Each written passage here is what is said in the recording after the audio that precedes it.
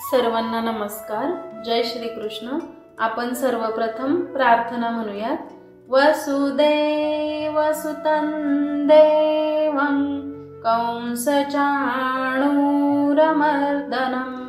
देवकी परमानन्दं कृष्णौ वन्दे जगद्गुरुं. श्रीकृष्णौ वन्दे जगद्गुरुं. जय श्री कृष्ण. आपण पाहत आहोत अध्याय 2 म्हणजेच सांख्ययोग आणि आज आपण पाहणार आहोत श्लोक क्रमांक 67. श्लोक पाहूयात. इंद्रियाणां हि चरताय यन्मनोनुविधीयते तदस्य हरति प्रज्ञां वायुर्नावमिवाम्भसि वायुर्नावमिवाम्भसि. श्लोकाचा अर्थ पाहूयात. इंद्रियाणाम म्हणजे इंद्रियांच्या, ही म्हणजे खचितच, चरताम म्हणजे भटकताना, यत म्हणजे ज्याच्या बरोबर, मनः म्हणजे मन, अनुविधीयते म्हणजे नेहमी गुंतलेले असते, तत म्हणजे ते, अस्य म्हणजे त्याचे, हरती म्हणजे हरण करते, प्रज्ञाम म्हणजे बुद्धी, वायू म्हणजे वायू, नावम म्हणजे नाव किंवा नौका, इव म्हणजे प्रमाणे, अंभसी म्हणजे पाण्यावर. आणि या श्लोकाचा संपूर्ण अर्थ असा आहे, ज्याप्रमाणे सोसाट्याच्या वाऱ्याने पाण्यातील नाव इतस्ततः ओढून नेली जाते, त्याप्रमाणे भटकणाऱ्या कोणत्याही एका इंद्रियावर मन केंद्रित झाले तर ते इंद्रिय मनुष्याची बुद्धी हरण करते. आता आपण हा श्लोक थोडा समजून घेऊयात. भगवद्गीतेमध्ये विवेक जागृती हा मुख्य स्वर आहे. माझे लक्ष काय आहे आणि त्यासाठी मी काय केले पाहिजे हे गीतेच्या अभ्यासाने आपल्याला कळते. गीतेचे वक्ता भगवान श्रीकृष्ण हे गृहस्थाश्रमी होते आणि श्रोता अर्जुनही गृहस्थाश्रमी होता. त्यामुळे भगवद्गीता ही संन्यास घेऊन कर्तव्याचा त्याग करण्याचा पुरस्कार करत नाही. भगवंत इथे म्हणतात की मनुष्याचा ऱ्हास होण्यासाठी 5ही इंद्रिये आसक्त होणे जरुरी नाही. केवळ एका इंद्रियाच्या आसक्तीमुळेही होऊ शकते. कधी कान, कधी डोळे, कधी जीभ, कधी स्पर्श तर कधी नाक हे काम करू शकतात. यातील एखाद्या इंद्रियाचा जरी मनाशी संयोग झाला तरीही आसक्ती उत्पन्न होते व आपला नाश होऊ शकतो. प्रत्यक्ष ज्ञान प्राप्तीसाठी मन आणि इंद्रिये यांचा संयोग आवश्यक आहे. आपले मन एखाद्या गोष्टीशी जोडले जात नाही तोपर्यंत आपली बुद्धी तो विषय ग्रहण करत नाही. ग्रहण न झाल्यामुळे त्यानुसार कृती होत नाही.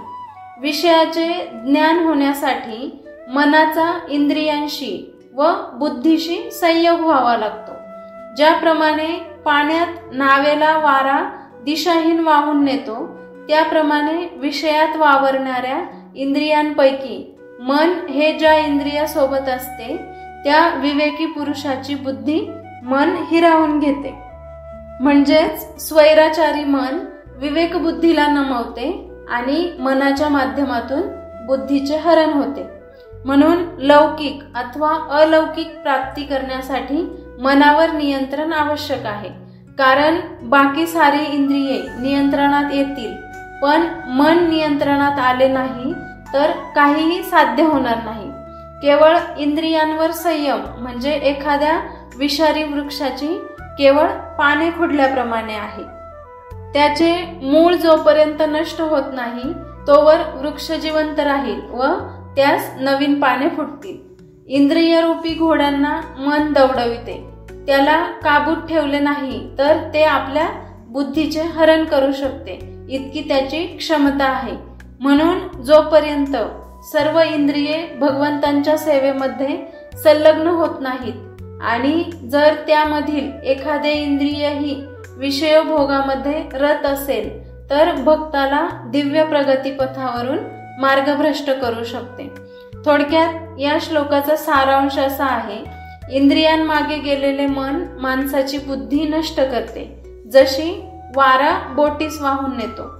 संयमी जीवनाशिवाय स्थैर्य आणि विवेक शक्य नाही.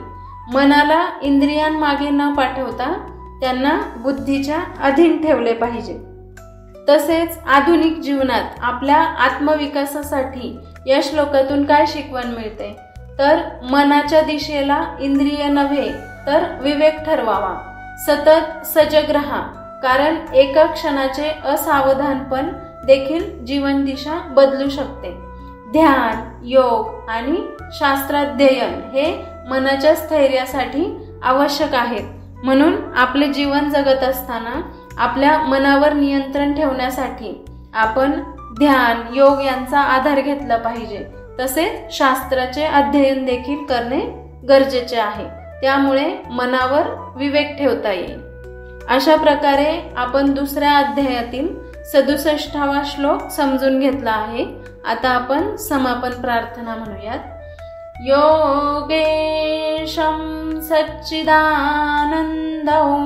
वासुदेवौ व्रजप्रियं धर्मसंस्थापकौ वीरं कृष्णौ वन्दे जगद्गुरुं.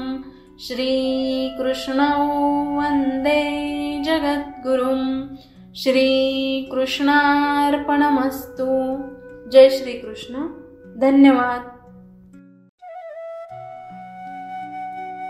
व्हिडिओ आवडला असेल तर लाईक करा, शेअर करा आणि अध्यात्म वाटिका या चॅनलला सबस्क्राईब करा. तसेच नवनवीन व्हिडिओजचे अपडेट्स मिळवण्यासाठी बेल आयकॉनला क्लिक करा.